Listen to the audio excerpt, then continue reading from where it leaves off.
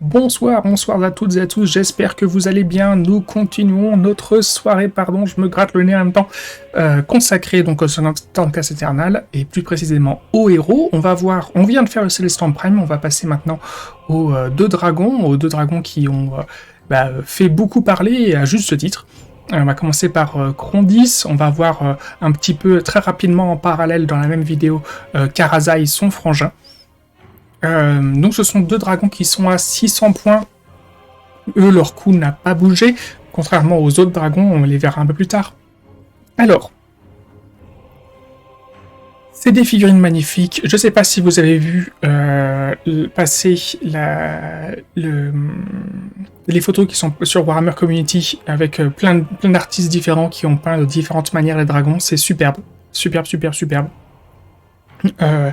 Les scripts sont très avancés sur la série vidéo que je vais vous faire sur le lore des dragons. Ça va venir. Je préférais me focaliser ce soir direct sur du concret de figurines et de règles. Donc on est ce soir sur les héros Stormcast. Krondys, on le sait, c'est le grand frère, c'est le patron, c'est celui qui a de la magie, c'est a priori celui qui va être la figurine qu'on va préférer jouer. Ne vous inquiétez... Alors attendez, je vous dis ça, mais c'est pas la bonne illustration, ça. On veut du... Voilà. Ne vous inquiétez pas, il est tout à fait possible de monter et peindre Krondys sans les armures. Ce ne sont pas des conditions sine qua non. Il n'y a pas de problème à ce niveau-là. Vous n'êtes pas forcé de vous taper l'armure, là, l'espèce de cercle, de collier, de gorgerin et les bracelets. Il n'y a pas de problème. Vous pouvez complètement monter Krondys sans ces deux éléments. Je peux comprendre, moi personnellement d'ailleurs, en fait je sais pas si je comprends, mais moi personnellement je vais acheter les deux dragons, je sais pas, donc pas simultanément parce que ça va faire un trou dans le budget, mais il est sûr et certain que aucun de ces dragons ne sera équipé d'armure. Je préfère les avoir un peu au naturel, si je puis me permettre l'expression. Donc voilà, si vous voulez, ce sera tout à fait possible. Notre fameux Krondys, super figurine à 600 points, il est sur un socle de... socle rond de 160 mm, hein, donc 16 cm. 16 cm. Alors, c'est un socle rond, hein, c'est ce que j'ai dit, socle rond. Donc, il n'est pas ovale. 16 cm, je crois que c'est l'un des socles les plus grands actuels disponibles dans le jeu. Donc voilà.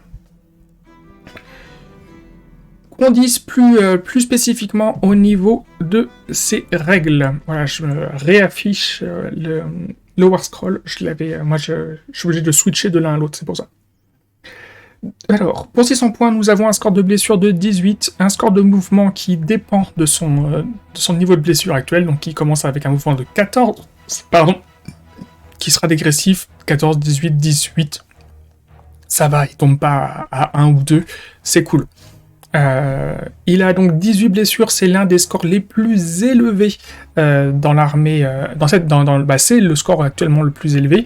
Les 4 dragons majeurs, on va dire, de l'armée, les 4 créatures majeures de l'armée, les plus grosses, sont sur ce score-là.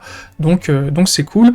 Je vérifie vite fait. Il est Thunderstrike, ça veut dire que il vous fera des blessures mortelles à sa mort sur du 5+. Donc 18 jets de dés, c'est quand même pas mal. Hein. C'est non négligeable. En français, fulgurant. Bravo de 10 bien entendu. Hein, quand on est un boss, un monstre aussi conséquent que celui-là, il serait curieux qu'il n'ait pas un score de bravo de 10. Et il a une saveur de 3+. Comme toujours, je salue l'effort fait par Game Workshop de ne pas leur avoir foutu un score de base de 2+, pour ne pas rendre ces...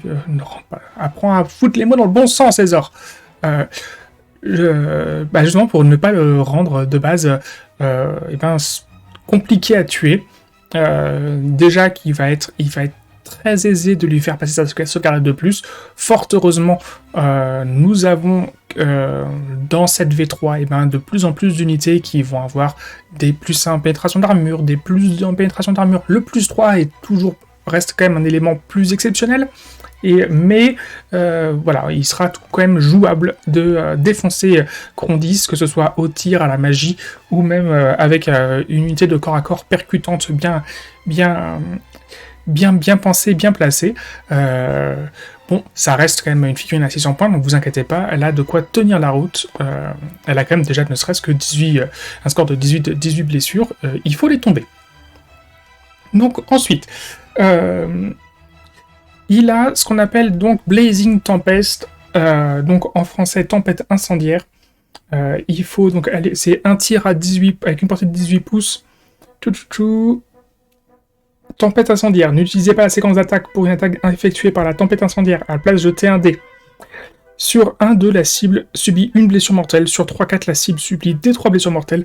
Sur 5-6, la cible subit des 6 blessures mortelles. Alors, nous sommes, en ce qui me concerne personnellement, que ce soit pour Krondys ou pour Karazai, c'est la même aptitude, pour, entre guillemets, ma doléance, c'est l'aptitude qui, pour moi, qui ne va pas avec cette figurine. Pour une figurine qui est aussi grosse, je considère vraiment, vraiment bizarre, si j'oserais même dire dommage, qu'elle ait une... alors attendez, hop là. J'ai envie de dire même dommage que on ait une aptitude qui fasse... j'ai envie de dire aussi peu de dégâts, hein, tout simplement. C'est vraiment très variable, hein. On est quand même sur un monstre, un dragon d'une taille conséquente, on va le dire, hein, ne mâchons pas les mots, et que son crachat de feu puisse faire entre 1 et 6 dégâts, ça me paraît vraiment, même si c'est du dégât mortel, je m'en fous, peu importe, c'est ridicule. À 600 points, je trouve que on aurait pu en fait avoir quelque chose comme dégâts de base 3, plus un D3. Voilà. Pour moi, en fait, ça aurait été la base. C'est-à-dire qu'en fait, 1 à 2, on fait 3 points de dégâts. 3 à 4, on fait 3 points de dégâts plus un D3. Ou même 3 à 5. Par exemple, 3 à 5. De 3 à 5, eh ben, on fait 3 points de dégâts plus un D3. Et 6 points et 6, si on fait un score de 6, eh ben on inflige 6 points de dégâts flat. Et j'ai presque envie de dire que pour moi c'est les minimums, j'ai presque envie de qu'on aille sur quelque chose sur plutôt de D6 quoi. Bref. Donc enfin pour moi il y a une inadéquation entre cette capacité, les effets réels de cette capacité par rapport au coup en point et l'amplitude de cette figurine, c'est son charisme, sa taille, sa surface, sa taille de socle. Enfin voilà, non. Parce que bon, là, personnellement, ça me donne un petit peu l'impression de il lui fallait une petite aptitude pour cracher du feu vite fait, parce que c'est un dragon, et en fait, ils lui ont foutu le minimum requis, parce que ils se sont dit, oh là là, on lui a mis plein de trucs super, et elle est à 600 points, comme on veut pas qu'elle soit à 800 points, et ben on lui fout pas non plus un canon de ouf dans la bouche. C'est cool qu'elle soit à 600 points. Parce que ça veut dire que justement elle n'est pas à 800 points, donc ça fait une figurine qui ne bouffe pas la totalité de votre armée. Qui vous permet d'aligner beaucoup d'autres choses autour, malgré tout. Ça c'est cool. Ça en fait une figurine qui va du coup être jouable dans des armées à 2000 points. Et même des armées à 1500 points. Donc ça c'est cool. Mais je trouve quand même bizarre, insuffisant, ce tir ce crachat de feu. Ensuite, nous avons ses aptitudes au corps à corps. Au corps à corps, il a donc 3 attaques. Mâchoire d'alpha, serre de seigneur drac et queue dévastatrice. Bon, alors, mâchoire d'alpha a une portée de 2. Attaque, 4 attaques, touché 3+, blessé de base, 1+, puis en fonction des blessures, ça ira jusqu'à 4+. Pénétration d'armure de -2, dommage 3. c'est super. C'est une très bonne attaque, y a pas de problème. Vous le ferez passer sur du 2+, assez aisément, tout comme on l'a vu dans la vidéo précédente pour Célestin Prime, vous lui ferez passer sur du 2+. Ensuite, autre petit truc que je trouve bizarre, pourquoi est-ce que ses bras ont une portée que de 2, alors que sa tête a une portée de 2, pardon, pourquoi ses bras ont une portée de 1 et sa tête a une portée de 2, pour moi, je trouve ça un peu con. Bon bah voilà, ça a une portée de 1, écoutez, voilà, c'est dommage, on s'en fout, j'ai pas pleuré là-dessus plus longtemps, ça aurait pu être 2, voilà. 3 attaques en 3+, pénétration d'armure de 2, dommage 2. Ce qui est cool, ce qui est, je trouve bien, c'est qu'on a ici une adéquation, une cohérence au niveau des... au niveau des stats, des statistiques, qui est que bah, voilà, quoi qu'il arrive, il a une pénétration d'armure qui est certaine et des scores de dégâts qui sont certains. Et quand je dis ça, c'est qu'en fait, on nous sort pas de la pénétration d'armure de 1 et du dégât 1, ce serait malvenu. On est sur un dragon à 600 points, sur un socle de 16 cm, nom de Dieu. Donc ensuite, sa queue a une portée de 3, ok, super, ça c'est cool. Ensuite, pour la séquence d'attaque, c'est la queue dévastatrice. La caractéristique d'attaque d'une queue dévastatrice est égale au nombre de figurines ennemies à 3 pouces de la figurine attaquante. Donc ça, c'est conséquent. Hein. Elle est là, Calamitous Tail, qui serait traduit plutôt en queue calamiteuse, mais c'est bien, queue dévastatrice. Bah écoutez, on est sur un énorme socle, donc ça fait de cette unité l'unité parfaite pour pouvoir défoncer de la masse. Comme de toute façon on est sur une figurine qui a 18 points de vie, va justement va avoir comme ennemi personnel justement de se prendre de se faire charger par une multitude d'attaques, et une multitude d'attaques qui va faire 1 point de dégâts, va le tuer. Risque de le tuer fortement. 30 gobelins, 40 gobelins, qui vont lui faire 60, 90, 120 attaques. C'est ça qui risque d'être dangereux pour lui. C'est triste à dire, mais oui, il peut se faire submerger par des gobelins. Eh bien, cette queue sera très très très très efficace pour le sauver pour balayer les gobelins dans ces conditions-là. Donc ça, c'est tout ce qu'on a pour ces attitudes physiques de base. Nous avons ensuite la Regalia Fulmentarus. Donc c'est-à-dire, c'est pareil en français, Regalia Fulmentarus. Donc Regalia Fulmentarus, ajoutez la valeur du Regalia Fulmentarus indiquée sur le tableau des dégâts de cette unité au jet de lancement de cette unité. Ce que ça veut dire, c'est que, c'est super, c'est parfait. Nous avons Krondys qui est un sorcier. Donc c'est marqué ici. Krondys est un sorcier, il peut tenter à chaque tour de lancer 2 sorts à la phase des héros, et il peut tenter à la phase des héros ennemis adverses de dissiper 2 sorts. Ce qui est considérable.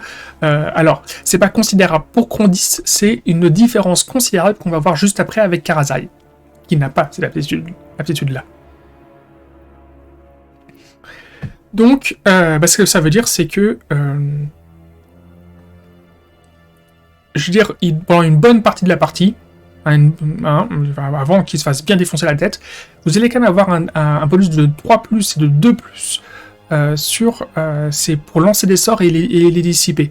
Donc rendez-vous compte, non seulement il a 2 sorts et 2 tentatives de dissipation, et en plus, il est vraiment un très très très très très bon sorcier. Donc... c'est là où le bas blesse par rapport à Karazai. Je pense que Krondys vaut ses 600 points. Il pourrait éventuellement monter à 630, peut-être 650. Karazai, je pense qu'il vaut moins de 600 points. Je pense que Karazai aujourd'hui est une figurine qui devrait me coûter au plus cher, parce qu'on est dans une méta monstre, aux alentours de 575 points, et je le verrais même plutôt autour de 560-550 points pour être un peu gentil. En fait, ça va dépendre. Si Krondys reste à 600 points, pour moi, Karazai vaut 550. Si on considère que par rapport au reste de la puissance des autres monstres de cette envergure-là. Karazai pourrait monter à 630, éventuellement 650 points. À ce moment-là, je mettrais... donc Krondys monte à 630 ou 650 points. Je mettrais malgré tout pas Karazai à 600 points toujours, je le ferai quand même redescendre un petit peu en dessous des 600 points, donc peut-être 580, 570. Voilà. Mais nous allons voir Karazai juste après. Finissons-en avec Krondys. Krondys, il a donc le sort Tempête Atavique, ici. Tempête Atavique est un sort qui a une valeur de lancement de 9. Alors c'est très élevé, 9. Hein. C'est très difficile de lancer 9, un score à 9, donc on est content d'avoir le plus 3 dans notre personnage. Ça veut dire que, effectivement, au début, on va plutôt le lancer sur du 6, grâce à ce plus 3. Je veux dire, par exemple, les autres sorts qui se lancent sur du 9, moi que je connais personnellement, ils sont chez Tsench, et c'est le sort le plus fort de Tsench, feu mutateur, je sais plus quoi de Tsench, et en général, si vous avez vu ma vidéo précédente sur où je vous présentais les règles de la V3, et personnellement, moi je m'arrange pour le lancer automatiquement, quasiment ce sort, ne pas me faire chier à devoir faire un 9. Donc voilà, là nous avons un sort qui a une portée de 24 pouces qui se lance sur du 9. 24 pouces, c'est ok. On n'oublie pas que Krondys a un mouvement, donc on a dit de base de 14-12 pouces, il a un socle de 16 pouces, donc vous avez une très très large vision. Attention, si lancé avec succès, choisissez une unité ennemie à portée et visible du lanceur. Donc voilà, heureusement vous avez vos 16 pouces, vous avez quand même un très très très grand arc de vision à partir de la figurine. Ça c'est cool. C'est pas 16 pouces, 16 cm. 16 cm de socle. Alors, vous choisissez une figurine, puis vous choisissez un des effets ci-dessous. L'effet choisi dure jusqu'à votre prochaine phase de héros. Donc ça cible une unité ennemie, spécifiquement. Premier effet, soit vous soustrayez 1 au jet de touche des attaques effectuées par l'unité choisie, donc c'est bourrasque aveuglante. Second effet, grêle météorique. Dégradez la caractéristique de perforation des armes utilisées par l'unité choisie de 1 jusqu'à un minimum de 0. Enfin, de nul. Pas 0. Nul. Vortex d'éclair. Soustrayez 1 à la caractéristique d'attaque des armes à projectiles utilisées par l'unité choisie jusqu'à un minimum de 1. Vous ne pouvez pas nullifier, là pour le coup, la capacité de tir d'une unité. Ensuite, blizzard glaçant. Soustrayez, j'articule mieux, 1 au jet de sauvegarde d'attaque qui cible l'unité choisie. Donc, si ce sort est si difficile à lancer, c'est grâce à la polyvalence d'options qu'il offre. C'est un dragon, j'ai déjà pesté suffisamment sur le fait que son crachat de feu est, je trouve, insuffisant en termes d'effet par rapport à l'envergure de la figurine et son coup en poing. Cela, entre guillemets, n'est pas compensé par le fait de lui donner un sort dévastateur, genre une chute, il provoque la chute d'une météore, ou je sais pas quoi, un petit peu à l'instar du Célestin Prime. Il a au contraire un sort particulièrement polyvalent, particulièrement intelligent, le type de sort qu'on aurait pu voir entre les mains de celui qui est supposé être l'un des plus puissants sorciers de l'armée, qui est Aventis Firestrike. C'est pas un sort qu'on trouve entre les mains de Aventis Firestrike, malheureusement, mais c'est un sort qu'on trouve entre les mains d'une figurine à 600 points, qui est donc Krondys. Donc, entre guillemets, cette figurine, à proprement parler, en fait, elle a que des plus. Elle a que des plus, et à 600 points, elle est carrément jouable. Je pense que dans une FAQ prochaine, pas tout de suite, pas immédiatement, parce que Games veut la vendre, cette figurine.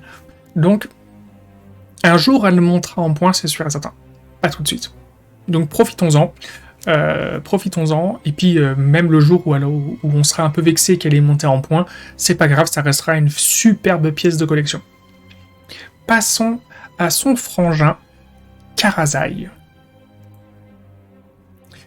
Alors, Karazai qui est un petit peu le penchant sauvage.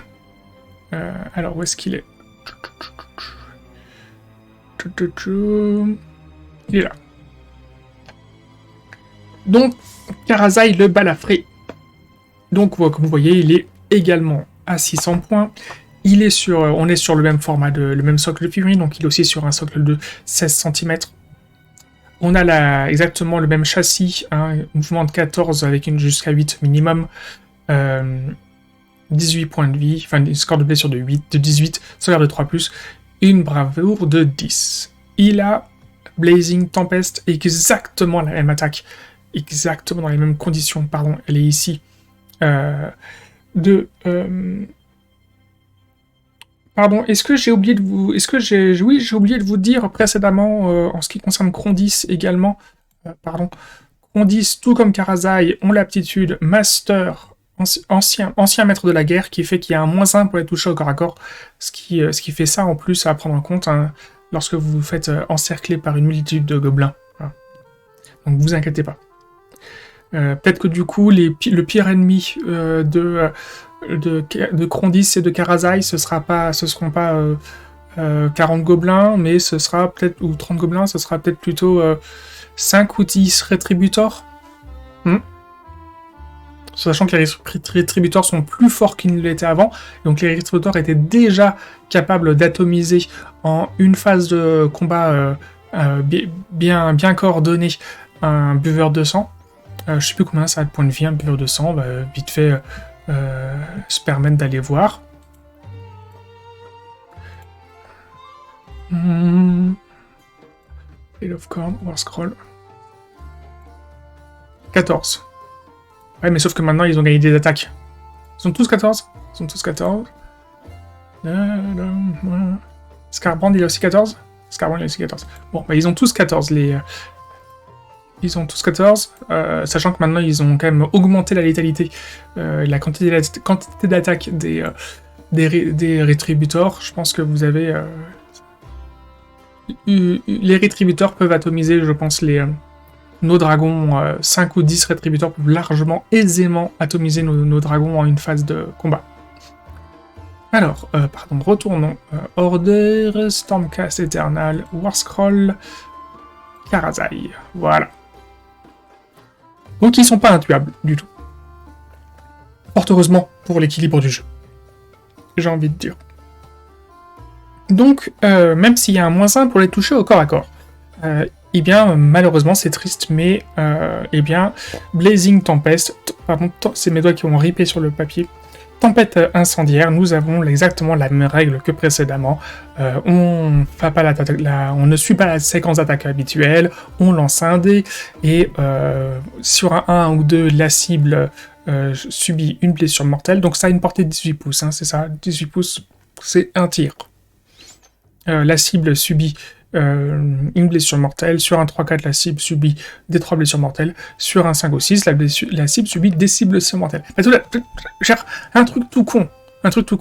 Au lieu d'avoir une attaque, moi j'aurais mis 2. Voilà. J'aurais mis 2 attaques. Voilà. Ça vous permet éventuellement de séparer vos 2 tirs. Aujourd'hui, c'est possible. Si vous le souhaitez. Pour cracher sur du feu sur 2 unités différentes, ou tout simplement de faire un tir concentré sur une seule unité avec vos 2 crachats de feu. Moi j'aurais trouvé ça plus fort, enfin plus équilibré par rapport au coup en point, sachant que comme là je vous l'ai dit, actuellement dans ce format-là, faut vraiment qu'il ait un score de points de vie de 18, de blessure de 18, parce que à 600 points, il tient pas la comparaison par rapport à Krondys, donc comme je vous l'ai dit, moi, dans ces conditions-là, moi je le ferais plutôt à 550 points. Donc ensuite nous avons Calamitous Tail, exactement la même chose que Krondys. Eh bien, on ne suit pas là ici la séquence d'attaque normale pardon. On ne suit pas ici la séquence d'attaque habituelle. On prend toutes les figurines qui sont dans la portée de 3 pouces de sa queue. Ensuite, la casquette particulier, où les concepteurs se sont dit ça va largement équilibrer par rapport au fait que l'autre il puisse lancer 2 sorts, dissiper 2 sorts avec un bonus de 3 ou de 2 pour lancer et dissiper, on va lui mettre plein d'attaques quand il va mordre. Alors c'est vrai qu'il a plein d'attaques quand il mord, et même il a une attaque de plus au corps à corps avec ses griffes qui ont une portée de 1, donc écoutez, on est content. Et là ici, on passe de 4 à 6 attaques. Alors, c'est non négligeable, clairement, soyons honnêtes, c'est absolument non négligeable parce que on est en train de parler d'une attaque avec une pénétration d'armure de 3 et dommage 3. Donc c'est très fort de passer de 4 attaques à 6 attaques. Mais ce n'est pas comparable par rapport à la capacité, la puissance magique et la polyvalence offerte par le sort personnel de Krondys qu'on a vu précédemment. Ensuite, nous avons ici l'aptitude Fire of Vengeance de Karazai, qui est son aptitude personnelle. Autant Krondys avait la tempête atavique, ici Karazai a donc la flamme de la vengeance. Alors est-ce que cette flamme de la vengeance équivaut au sort très polyvalent qu'on a vu précédemment sur Krondys? Chaque fois que cette unité détruit une unité ennemie, vous pouvez appliquer l'effet approprié ci-dessous. Si l'unité ennemie était un héros ou un monstre, ajoutez 1 la caractéristique d'attaque des armes de mêlée utilisées par cette unité pour le reste de la bataille. Là, c'est-à-dire qu'on, mine de rien, alors, ça prend pas en compte la Kamizu's Tale. Mais par contre, là, ici, on va avoir un plus une attaque ici, et également plus une attaque sur sa mâchoire. Et, comme je vous l'ai dit juste avant, chaque attaque de plus disponible sur cette mâchoire avec une pénétration d'armure de 3 et un dommage flat de 3, c'est une compétence c'est un effet non négligeable. Ensuite, si l'unité ennemie avait une caractéristique de blessure de 3 ou plus et n'était pas un héros ou un monstre, ajoutez 1 au jet de course et de charge de cette unité pour le reste de la bataille. Bon, écoutez, c'est toujours ça de prix. Ça permettra éventuellement de compenser d'éventuelles blessures au niveau de sa capacité de mouvement de base. Je ne l'ai pas spécifié ni pour Krondys, mais bien entendu, ce sont des unités qui volent. J'ai envie de dire c'est le minimum quand on doit assumer des figurines qui ont un socle aussi large. Je me suis déjà assez exprimé sur le sujet concernant le socle de 10 cm de précédent du Célestin Prime dans la vidéo précédente. Là, c'est des figurines qui sont sur des socles de 16 cm, donc heureusement qu'ils volent, bien entendu. Dernier effet, si l'unité ennemie a une caractéristique de blessure de 2 ou moins, vous pouvez guérir une blessure allouée à cette unité. Alors, personnellement, j'aurais eu tendance à dire, pour chaque figurine tuée, vous pouvez guérir une blessure. Mais bon, écoutez, peut-être qu'ils ont estimé que ça le rendrait intuable. Peut-être. Après, moi j'estime que ça serait équilibré par rapport à son coût de 600 points. Par rapport à son frangin. Voilà, ça l'aurait rendu plus tanky, plus résistant que son frangin. Son frangin est très polyvalent, lui il l'est moins, c'est vraiment une brute de corps à corps, mais également il aurait gagné en résistance. En tant qu'Inès, comme on peut dire. Bon, écoutez, on a vu, je pense, on a pour l'instant vu 3 figurines emblématiques des Storm Éternelles, dont 2 nouvelles qui sont, je pense, spécifiquement pour Krondys, malheureusement pas pour Karazai, une figurine qui va marquer nos champs de bataille pour l'année, peut-être même les 2 ou 3 années, et même on va voir encore lorsqu'on sera en V4 de Age of Sigmar, donc peut-être dans 3 ans ou dans 4 ans, plutôt 2 ans, on verra bien combien de temps va durer cette V3, peu importe, c'est pas le sujet, mais je pense qu'on est clairement sur des figurines qu'on va avoir l'occasion de voir jouer, et c'est cool. C'est cool parce que, comme je vous l'ai dit, le fait qu'elle soit à 600 points et pas à 800 points, etc., comme des gros boss comme de d'autres armées, fait que c'est des figurines qui sont jouables facilement dans des listes d'armées. Je pense que c'est même des figurines qui sont plus facilement jouables que le Célestin Prime, parce que le fait est qu'elles ont des stats de base suffisamment solides et une résistance de base suffisamment stable, avec leur nombre très conséquent de blessures, ça fait que et ben même si vous êtes un joueur débutant, vous saurez quoi faire avec. Alors, le gros défaut, c'est la taille de socle, qui est difficile à appréhender quand on est un joueur débutant, c'est vrai. Mais néanmoins, ça restera entre guillemets une figurine qui pourra. Il n'y a quasiment aucun sac de sable qui bloquera au corps à corps cette unité plus d'un tour. Donc voilà. Après, quand on est sur une figurine à 600 points, ça saoule un peu qu'elle se fasse bloquer au corps à corps par une figurine de sable, par des sacs de sable. Mais c'est à vous de savoir de vous débrouiller. Vous apprendrez de partie en partie, j'ai envie de dire. Hein. Le défi, ça va être de gérer son socle énorme. Passons maintenant au héros suivant, au héros nommé suivant, parce que là, on n'est que sur du héros nommé. Et il s'agit de la nouvelle figurine de Indrasta.